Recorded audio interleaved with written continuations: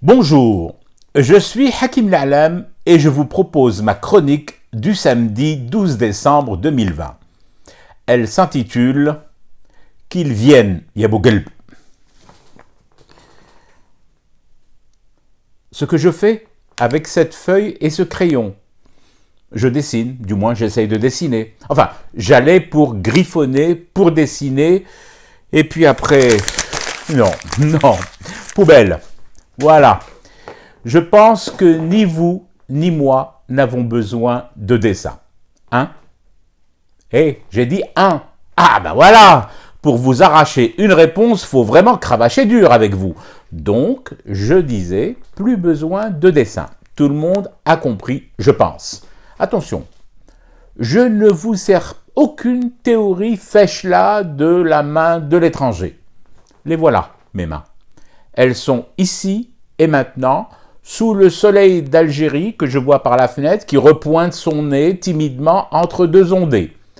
Pas question de vous bourrer le mou avec les histoires de complot ourdis. De toutes les manières, avec vous, ça ne marcherait pas du tout. Et c'est pour ça d'ailleurs que je vous aime, des Édiennes et des Édiens, pour votre lucidité mordante. Donc, je récapitule. Pas besoin de vous faire un dessin pour comprendre, avec ce dernier épisode de Momo 6 qui s'apprête à normaliser sa relation avec Israël, qu'on y est. On est enfin dans ce moment où l'on prend sagement tous nos différends internes, les plus gros comme les plus petits, on les range dans une boîte. Non, on ne les jette surtout pas. On les range dans une boîte.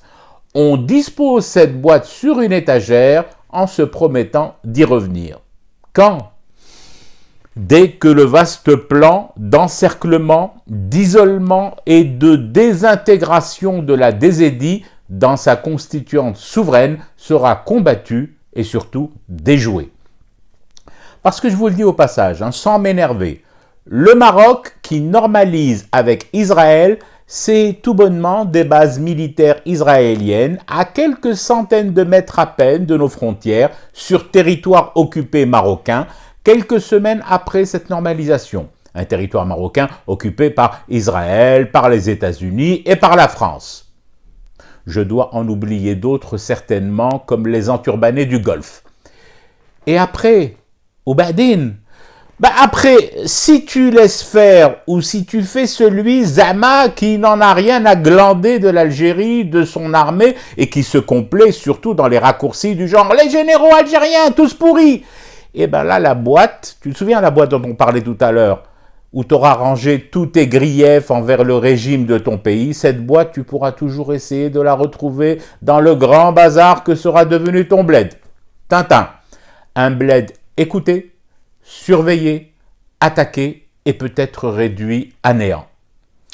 Mes bien chers frères, mes bien chères sœurs, comme je n'ai nulle part ailleurs où aller me réfugier, ni moi, ni ma femme, ni mes enfants, comme j'en ai aussi un peu ma claque tous les ans d'aller faire la queue à VSF Global pour y déposer un fric fou et même pas la garantie d'un visa au bout, donc moi, je me mets en mode unité nationale.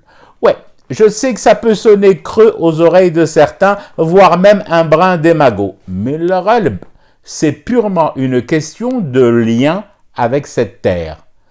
Quand on n'a qu'un pays, et l'amour de ce pays au fond de ses tripes, on se crève les chines pour le défendre. Qu'il se la rapplique. Tous ceux qui viennent de passer allègrement sur le corps mou de Momo 6. Trump, Netanyahou, Manu, qu'ils viennent, Yabougelb. Et alors, ils apprendront peut-être qu'il n'est jamais vraiment bon de vouloir s'en prendre à un peuple de Mzelfin qui passe son temps à fumer du thé pour rester éveillé à son cauchemar qui continue. C'était Hakim L'Alam, je vous retrouve demain pour une autre chronique et une autre façon de dire son amour à l'Algérie.